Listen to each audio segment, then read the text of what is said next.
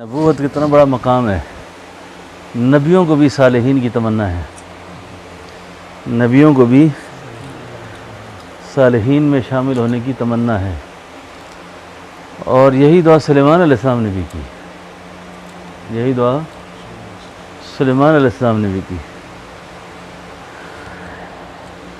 اولئک الذین انعم اللہ علیہم من النبیین والصدیقین والشہداء والصالحین۔ ہم جو روز مانگتے ہیں نا، صراط الذین انعمت علیہم، اللہ ان لوگوں کی راہ پہ چلا جن پہ تو نے انعام کیا۔ نماز میں روزانہ 75 دفعہ ہم کہتے ہیں، پتہ نہیں کیا کہا ہے، کتنی بار ہم کہتے ہیں صراط الذین انعمت علیہم۔ اب اپنی زندگی پر غور کرنا ہے کہ ہمارے اندر انعام یافتہ لوگوں والی صفات ہیں۔ انعام یافتہ لوگ نبی تھے، صالحین تھے۔ پھر اپنے آپ پر غور کرنا ہے کہ میرے اندر صالحین کی کتنی عادات ہیں، صالحین والی خو، صالحین والے اخلاق، وہ میرے اندر کتنے ہیں۔ اللہ اکبر۔ ایک بزرگ فرماتے ہیں کہ اگر جس کو کل کا یقین نہ ہو اپنے پلنے پر، وہ صالح نہیں ہے۔ وہ کل کہاں سے کھائیں گے، کل کہاں سے کھائیں گے، پھر کیا ہوگا آگے۔ امام غزالی رحمۃ اللہ علیہ نے لکھا ہے کہ میرے پاس ایک کفن چور آیا، کپڑے کی تنگی تھی نا، تو کفن چور بہت ہوتے تھے۔ کفن چور آیا تو اس نے کہا، حضرت میں نے بہت سے لوگوں کے کفن چرائے، لیکن جب میں نے ایک خاتون کی میت کو ہاتھ ڈالا نا کفن نکالنے کے لیے، تو اس سے آواز آئی، ایک بخشا ہوا آدمی ایک بخشی ہوئی عورت کا کفن چرا رہا ہے۔ ایک بخشا ہوا آدمی ایک بخشی ہوئی عورت کا کفن چرا رہا ہے۔ حضرت اب میں بیعت کرنا چاہتا ہوں، توبہ کرنا چاہتا ہوں، یہ کیا ہوا میرے ساتھ؟ فرمایا، تو کفن چور تھا، تیرے عزائم اور جذبات صحیح نہیں تھے، نیت ٹھیک نہیں تھی، لیکن جس کے جنازے میں تو گیا ہے نا، وہ اللہ کی مقرب ولیہ تھی۔ اور بعض جنازے ایسے ہوتے ہیں جن میں شرکت کرنے کی وجہ سے اللہ تعالیٰ اس شخص کی مغفرت کر دیتے ہیں۔ تیری نیت صحیح نہیں تھی، لیکن وہ عورت بڑی کوئی عظیم تھی، اللہ نے اس کی وجہ سے تجھے بھی معاف کر دیا ہے۔ اس نے کہا، حضرت یہ پوچھا حضرت نے کہ جب تو نے اتنے لوگوں کے کفن اتارے، میتوں کو کس حال میں دیکھا؟ اس نے کہا، حضرت یہی سوال میرا آپ سے تھا ابھی، کہ میں تدفین میں شریک رہتا تھا، کفن دفن کے سارے مراحل میں ہوتا تھا، لیکن جو ہی دفن کر کے باہر آتے تھے، میں کفن اتارتا تھا تو اکثر میتیں الٹی پڑی ہوتی تھیں، منہ کے بل زمین پہ پڑے ہوتے تھے۔ حضرت یہ بات سمجھ نہیں آ رہی، یہ کیوں ہوا ایسے؟ تو حضرت نے فرمایا، بات یہ ہے، عام طور پر میتوں کے ساتھ یہ حال جو ہوتا ہے نا، بزرگوں نے لکھا ہے 2 وجہ سے ہوتا ہے۔ ایک علماء کرام کی بے ادبی و گستاخی کی وجہ سے، حفاظ قرآن کی اور دین والوں کے ساتھ تمسخر اور مذاق کی وجہ سے، اور دوسرا رزق کے معاملے میں حضرت نے فرمایا ان لوگوں کو اللہ پر اعتماد نہیں ہوتا۔ اور صالحین کی شان یہ ہے، صالحین کی شان یہ ہے کہ وہ رزق کے معاملے میں بڑے بے پرواہ ہوتے ہیں، ان کو اللہ کی ذات پر پورا اعتماد ہوتا ہے۔ اس وقت اجتماعی طور پر اکثریت جو پریشانی ہے نا، وہ اپنی ذات سے پریشان نہیں ہے، اگلی 3 نسلوں کا غم ہے، وہ کہاں سے کھائیں گے، اگلے لوگ کہاں سے کھائیں گے۔ اگر آپ غور کریں تو شاید ہمارے ماں باپ یا باپ دادا جو پیچھے سلسلہ ہے ان کو شاید اتنا غم نہیں تھا. ایک ہانڈی کٹوی پہ پورا محلہ بھی چل سکتا تھا اس وقت. دائیں بائیں کے 5-6 گھر بھی کھا لیتے تھے اس سے. اور آج کھا لیا کل کا کوئی غم نہیں ہے. تو یہ جو کل کی فکر ہے نا، یہ صالحین کی شان نہیں ہے،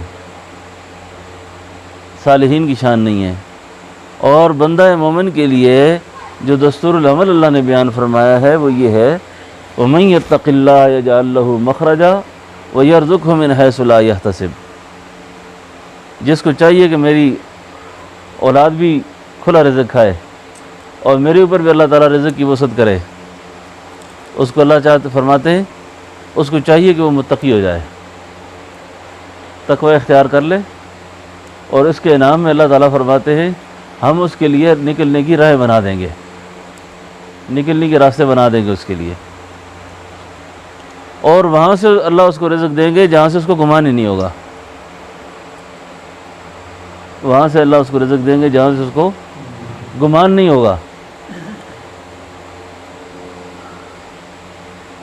ایک اللہ والے بڑی عجیب بات فرماتے ہیں، یہ صالحین کی شان ہے. فرماتے ہیں میں نے قرآن شریف کا جب مطالعہ کیا، قرآن کریم جب پڑھنے لگا تو میں نے قرآن کریم کو جب مکمل پڑھ لیا تو میں نے قرآن کریم کو پڑھنے کے بعد غور کیا کہ اگر اللہ تعالیٰ پورا قرآن نہ بھی نازل کرتے نا، انسانیت کی ہدایت کے لیے 3-4 آیتیں ہی کافی تھی اس میں. اگر ان 3-4 آیتوں میں بھی غور ہو جائے نا تو یہ انسان صحیح انسان بن جائے. اور یہ وہ مسئلہ بیان ہو رہا ہے جو ہمارے اس وقت اجتماعی مسئلوں میں سے ایک مسئلہ ہے. تو ہم پرستی بہت زیادہ ہے، بدشگونی بہت زیادہ ہے، بدفعلی بہت زیادہ ہے. خاص کر کے جب سے یہ کرونا کا عذاب آیا ہے اس میں تو بڑے بڑے لوگوں کے ایمان کے ٹیسٹ ہو گئے، بڑے بڑے لوگ ٹیسٹ ہو گئے اس میں. جی بڑے بڑے لوگوں کے امتحان ہوا اس میں کہ میں اگر فلاں سے ملوں گا مجھے کرونا ہو جائے گا، فلاں کے پاس بیٹھوں گا تو مجھے یہ مرض لگ جائے گا. اللہ کے حبیب نے فرمایا تھا وہ خارش زدہ اونٹ کے بارے میں کہ جس کو خارش لگی ہوئی ہے، فرمایا اس کو کس نے لگائی ہے، اس کو کس نے لگائی ہے. یہ عقیدہ اور یہ نظریہ اللہ تعالیٰ نے بڑا سخت امتحان لیا اور بڑے بڑے لوگوں کا ٹیسٹ ہو گیا کہ یقین اور ایمان میں یہ کہاں کھڑے ہیں. یہ کہتے ہیں کہ جب میں نے قرآن کریم کی یہ آیت پڑھی تو میری طبیعت بالکل صاف ہو گئی. یہ بہت زبردست بات بیان عرض کر رہا ہوں. کہنے لگے جس وقت میں نے یہ آیت پڑھی نا، بسم اللہ الرحمن الرحیم وَإِن يَمْسَسْكَ اللَّهُ بِضُرٍّ فَلَا كَاشِفَ لَهُ إِلَّا هُوَ وَإِن يُرِدْكَ بِخَيْرٍ فَلَا رَادَّ لِفَضْلِهِ. اللہ فرماتے ہیں میں خیر کا ارادہ کر لوں نا تو میں کوئی نقصان نہیں دے سکتا، اور میری طرف سے نقصان کے فیصلے ہو جائیں تو تمہیں خیر دینے والا کوئی نہیں. محبوب سبحانی شیخ عبدالقادر جیلانی رحمۃ اللہ علیہ، اللہ اکبر، آپ کی خانقاہ کا نام تھا مدرسہ معمورہ، جس میں آپ ہفتہ وار درس دیا کرتے تھے. آپ کے حلقے میں آپ کے متوسلین بیٹھتے تھے نا، ان کی بڑی عجیب تربیت ہوئی. ایک دفعہ بیٹھے ہوئے تھے کہ اچانک ایک سانپ آیا اور سانپ آ کر سیدھا حضرت کی قمیص میں داخل ہو گیا اور یہاں سے سامنے باہر منہ نکالا. ساری مجلس گھبرا گئی. ساری مجلس والے جب گھبرائے نا، حضرت نے فرمایا خبردار کہ کوئی پریشان ہو، میرا اللہ اس وقت میری توحید کا امتحان لے رہا ہے. میرے اللہ اس وقت مجھے دیکھنا چاہتے ہیں کہ یہ کہاں کھڑا ہے. یہ ادھر مچھر نے کاٹا نہیں، ادھر کوئی پریشانی آئی نہیں، ادھر کوئی بیماری آئی نہیں، فوری اللہ سے اعتماد ختم ہو گیا.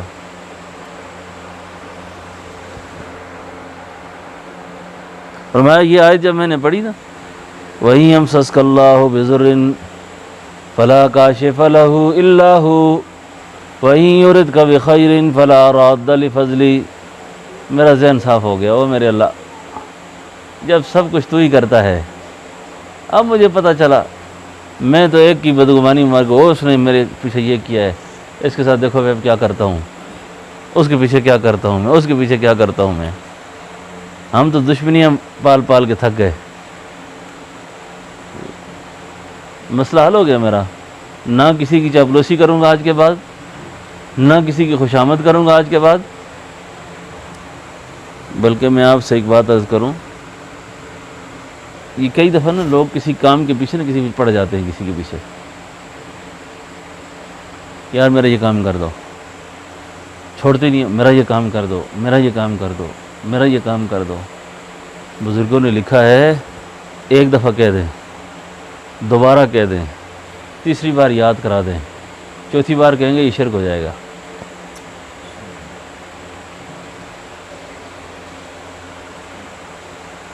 چوتھی پانچویں بار پیچھے پڑ جائیں گے نا، اللہ کی طرف سے ہونا ہوا تو صاحب نے کہہ دیا ختم۔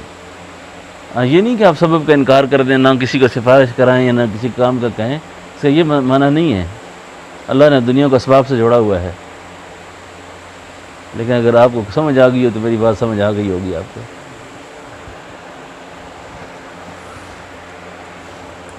اللہ اکبر، یہ سارے ایمان اور یقین کی پوری صفائی ہوتی ہے اس بات سے۔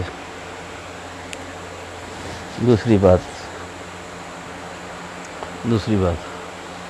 کہنے لگے، جب میں نے یہ آیت پڑھی جس میں اللہ تعالیٰ فرماتے ہیں وَمَا مِن دَابَّةٍ فِي الْأَرْضِ إِلَّا عَلَى اللَّهِ رِزْقُهَا، زمین پہ چلنے والا کوئی چوپایا، کوئی مخلوق ایسی نہیں جس کا رزق اللہ فرماتے میرے ذمہ نہ ہو، میرے ذمہ نہ ہو۔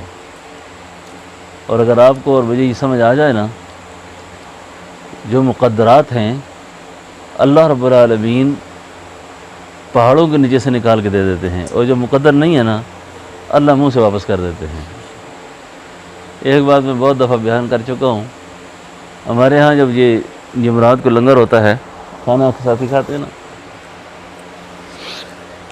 دیکھیے بات کرتا ہوں، ساتھی کھانا کھا رہے ہیں سارے، وہ ساتھی ابھی اس مجلس میں نہیں آئے، وہ دسترخوان صاف کر رہے تھے، چاول گرے ہوئے ہیں، کوئی گوشت ہے، کوئی چیز اور ہے، وہ اٹھا اٹھا کے منہ میں ڈالتے ہیں۔ میں دیکھ رہا ہوں کہ ایک کونے میں ایک آدمی نے جو ہی لقمہ منہ میں ڈالا نا، اس کو چھینک آئی، اس کے دانتوں کے نیچے سے بوٹی نکل کر وہ پرلے کنارے میں جا لگی۔ وہ پرلے کنارے میں جب جا لگی، اب مجمع زیادہ ہے، کھانا کھا رہے ہیں سارے، میری نظر اس بوٹی پہ لگی ہوئی ہے، اس ٹکڑے پہ لگی ہوئی ہے۔ یہ ساتھی دسترخوان جب صاف کرنے والا لگا نا، دسترخوان کرتے کرتے کوئی چاول پڑا ہوا ہے، کوئی ٹکڑا پڑا ہوا ہے، منہ میں ڈالتا ہے، اس بوٹی پہ گیا، وہ بھی اٹھا کے اس نے منہ میں ڈال دی۔ جب اس نے منہ میں ڈالی نا، میں نے کہا میرے اللہ یہ رزق ہے، کھا کیسے سکتا تھا، یہ کیسے کھا سکتا تھا؟ اس نے تو کھا سکنی نہیں تھی، اس کے دانتوں نے یہ چبانی نہیں تھی، اس کے دانت یہ چبا نہیں سکتے تھے، ممکن ہی نہیں تھا۔ یہ ہے رزق۔ آج 2-4 پیسے جس کے پاس ہوتے ہیں نا گھر میں، کو اللہ کسی کو بڑا میں کماتا ہوں تم کھاتے ہو سارے ہیں، یہ میں تھوڑا سا ہاتھ کھینچوں نا، میں دیکھتا ہوں تم کتنے تکڑے ہو۔ اللہ اکبر، اس کو پتہ نہیں بیچارے کو یہ کس کی وجہ سے کھا رہا ہے، یہ اس کو خود پتہ نہیں کہ یہ کس کی وجہ سے کھا رہا ہے۔ حدیث شریف میں آتا ہے کہ رسول اللہ صلی اللہ علیہ وسلم نے فرمایا کہ تمہیں جو رزق دیا جاتا ہے وہ تمہارے ضعفاء کی وجہ سے دیا جاتا ہے، کمزوروں کی وجہ سے، جو نہیں کما سکتے نا، ان کی اللہ تمہیں دیتا ہے رزق۔ اللہ فرماتے ہیں کوئی چلنے والی مخلوق ایسی نہیں، کوئی مخلوق جس کا رزق اللہ فرماتے ہیں میرے ذمہ نہ ہو، میرے ذمہ نہ ہو اس کا رزق۔ اب سب کو رزق دینے والے اللہ، سب کو کھلانے والے اللہ، جی اللہ اکبر اللہ اکبر اللہ اکبر۔ کھلایا اللہ نے، ہاں کھلایا اللہ نے، ایسے ایسے کھلایا، ایسے ایسے کھلایا کہ اللہ کی مخلوق میں سے کہتے ہیں سلیمان علیہ السلام نے اللہ سے کہا یا اللہ میں تیری مخلوق کی دعوت کرنا چاہتا ہوں۔ عرصہ لگا کھانے بنانے میں، کھانا جب تیار ہوا نا تو مچھلی نے منہ نکالا دریا سمندر سے باہر، سارا کھانا کھا گئی۔ اور بعض کتابوں نے لکھا ہے کہ مچھلی نے اس نے شکایت کی اللہ سے، یا اللہ آج میرا پیٹ نہیں بھرا، آج میرا پیٹ نہیں بھرا۔ سلیمان کون کھلا رہا ہے؟ مخلوق کو دینے والا کون ہے؟ فرمایا دوسری آیت جب میں نے یہ پڑھی نا، یہ صالحین کی شان ہے۔ اچھا ہم جو جس راہ کا انتخاب ہم کر رہے ہیں نا، ہم چاہتے ہیں کہ ہم نیک لوگوں کے طریقے پہ چلیں، یہ نیک لوگوں کا راستہ ہی ہے۔ یاد رکھیں نیک کھانا کھلانے میں تنگ دل نہیں ہوتا۔ صالحین کی علامت یہ ہے کہ وہ کھانا کھلانے میں تنگ دل نہیں ہوتے، تنگ دل نہیں ہوتے، اور جو تنگ دل ہو وہ صالحین میں سے نہیں ہے، وہ صالحین میں سے نہیں ہے۔ صالحین کی شان نہیں ہے یہ۔ صالحین کی شان کیا ہے؟ صالحین کی شان یہ ہے، بلکہ آپ کو ایک بات اور سناؤں، ہمارے ایک بزرگ تھے، وہ فرمایا کرتے تھے کہ کئی لوگ جو ہے نا دسترخوان لگاتے ہیں نا، دسترخوان لگانے کے بعد بھی ان کا خیال ہوتا ہے مہمان کم کھائے نا، کھانا بچ جائے تو اچھا ہے۔ فرمایا ایسا ہو نا پھر میزبان کو جلا جلا کے کھایا کرو، میزبان کو جلا کے کھایا کرو۔ کیوں رکھا ہے اس نے؟ ہاں رکھنے کے بعد بھی یہ کنجوسی کرتا ہے۔ ہاں رزق ہمارا اللہ نے لکھا ہے تو ہمارے لکھے ہوئے رزق پر اس کو کیا اعتراض ہے؟ ہاں جی ایسا نہیں کرنا چاہیے۔ فرمایا دوسری آیت، تیسری آیت فرمایا فاذکرونی اذکرکم۔ ہمارے فرمایا کرتے تھے اللہ تعالیٰ نے یہ شرط لگائی ہے کہ اگر آپ یاد کریں گے تو میں یاد کروں گا، آپ یاد کریں گے تو میں یاد کروں گا، آپ نہیں یاد کریں گے تو ہم بھی یاد نہیں کریں گے۔ پھر ایک بزرگ تھے فرمایا کرتے تھے جب اللہ مجھے یاد کرتے ہیں نا مجھے پتہ چلتا ہے۔ کسی نے کہا جی آپ کو اللہ یاد کرتے ہیں، آپ کو کیسے پتہ چلتا ہے؟ اللہ فرمایا اگر وہ یاد نہ کرے نا تو اس وقت یاد کی توفیق نہ ہو۔ ہمارے ایک مجذوب بزرگ تھے، اس طرح مجلس ہو رہی تھی تو انہوں نے کہا میں اللہ کی قسم اٹھا کے کہتا ہوں اس وقت آپ سارے لوگ اس وقت اللہ کی یاد میں ہیں اور اللہ کی رحمت میں بیٹھے ہوئے ہیں، اور آپ بھی اس وقت سارے اللہ کی یاد میں ہیں اور اللہ کی رحمت میں بیٹھے ہوئے ہیں۔ کیا دلیل ہے اس کی؟ اگر اللہ نے یاد نہ کیا ہوتا نا تو اس یاد کی وجہ سے نہ آتے، اور پھر یہ مبارک مجلس اتنی عظیم الشان ہے، اتنی عظیم الشان ہے، اس مجلس کے ختم ہونے پر مغفرت کا اعلان ہو جاتا ہے۔ فرشتوں کی ایک جماعت حدیث شریف میں آتا ہے پھرتی ہے نا، وہ زمین کے اوپر ایسے حلقے تلاش کرتی ہے، ایسے مجمع ڈھونڈتی ہے جس میں لوگ بالکل بے غرض ہو کر اللہ کو یاد کرنے کے لیے آئے ہیں۔ مجلس ہو رہی ہے نا اور ان کا تاندہ بنتے بنتے آسمان تک چلا جاتا ہے۔ جب مجلس اختتام کو پہنچی اللہ تعالیٰ فرشتوں سے پوچھتے ہو میرے فرشتوں کہاں سے آئے ہو؟ کہ یا اللہ زمین پر آپ کو کوئی یاد کر رہا تھا، زمین پہ لوگ آپ کو یاد کر رہے تھے، انہوں نے مجھے دیکھا ہوا ہے کہ مجھے یاد کر رہے ہیں؟ کہ نہیں اللہ اگر دیکھتے تو اور یاد کرتے آپ کو۔ اللہ اکبر، یہ میں ذکر کی فضائل میں عرض کر رہا ہوں۔ فرمایا تیسری بات میں نے پڑھی جو مجھے یاد کرے گا میں اس کو یاد کروں گا۔ اللہ تعالیٰ فرشتوں سے کہتے ہیں فرشتوں گواہ رہو جو میری یاد میں بیٹھے تھے میں نے سب کو معاف کر دیا، سب کو بخش دیا۔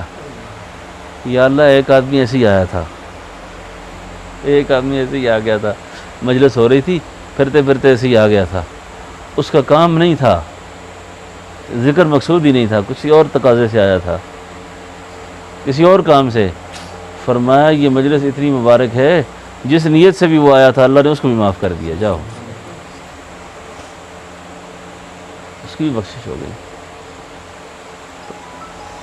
تو اللہ رب العالمین ہم سب کو اپنی یاد نصیب فرمائے، اللہ اپنی یاد نصیب فرمائے، اللہ اپنا تعلق ہمیں نصیب فرمائے، اور یاد کا جو صحیح درجہ ہے اللہ وہ نصیب فرمائے۔ دوستو زندگی کا وقت بڑی تیزی سے گزر رہا ہے، بڑی تیزی سے گزر رہا ہے، اور نہ جانے کب زندگی کی شام ہو، کب شام ہو جائے، اور ہم کہیں ایسے نہ ہوں کہ ہم خالی ہاتھ دنیا سے چلے جائیں، خالی ہاتھ چلے جائیں۔ اللہ کو یاد کرتے رہنا چاہیے۔ صبح شام کا جو وقت ہے نا، یہ اللہ کو بہت ہی زیادہ محبوب ہے۔ صبح شام کا وقت اللہ کو بہت ہی محبوب ہے، صبح شام کا وقت اللہ کو بہت محبوب ہے۔ صبح بھی اللہ کو یاد کرنا چاہیے، شام بھی اللہ کو یاد کرنا چاہیے۔ صبح کو فرشتے جب جا رہے ہو نا آسمان پر ڈپٹی اپنی ختم کر کے، تو جس حال میں ہمیں چھوڑ کے جا رہے ہو نا، ہماری حالت ذکر والی ہو، اور جب شام کو پھر آئے نا، پھر ہمیں ذکر میں بیٹھا ہوا دیکھیں، اپنی یاد میں لگا ہوا دیکھیں۔ تو سب ساتھیوں کو پوری کوشش کرنی چاہیے کہ اللہ رب العالمین سب کو اپنی یاد کی توفیق دے۔ کوئی دوست نئے آئے ہوئے ہیں، آپ حضرات کی خدمت میں یہ درخواست ہے کہ ذکر اسم ذات کا اللہ اللہ اللہ یہ سارے غموں کا علاج ہے، ساری پریشانیوں کا علاج ہے۔ 5 وقت کی نماز کی پابندی کریں، باوضو رہیں، 5 نمازوں کی پابندی کریں، باوضو رہیں، اور ذکر کا اہتمام کریں۔ ذکر کا جتنا بھی جو شخص جتنا پریشان ہو نا، جتنا بے چین ہو، جتنا مجبور ہو، جس حالت میں بیٹھا ہو، میں نے بزرگوں سے سنا ہے کہ تھوڑی دیر تنہائی میں بیٹھ کر نا زبان سے اس طرح کہنا شروع کر دے، اللہ اللہ اللہ۔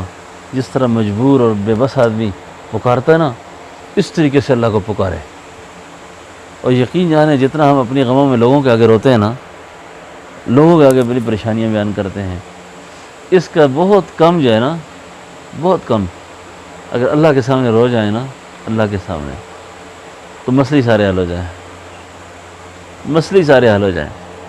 لیکن ہمیں اللہ کے سامنے رونا نہیں آیا ابھی، اللہ کے سامنے فریاد کرنا نہیں آئی، ٹھیک ہے نا؟ تو اللہ کے سامنے بیٹھ کر تھوڑی دیر اپنے معمولات میں روز کے اعتبار سے ذکر کرنا چاہیے، روز کے اعتبار سے ذکر کرنا چاہیے، اور خصوصاً ذکر اسم ذات کا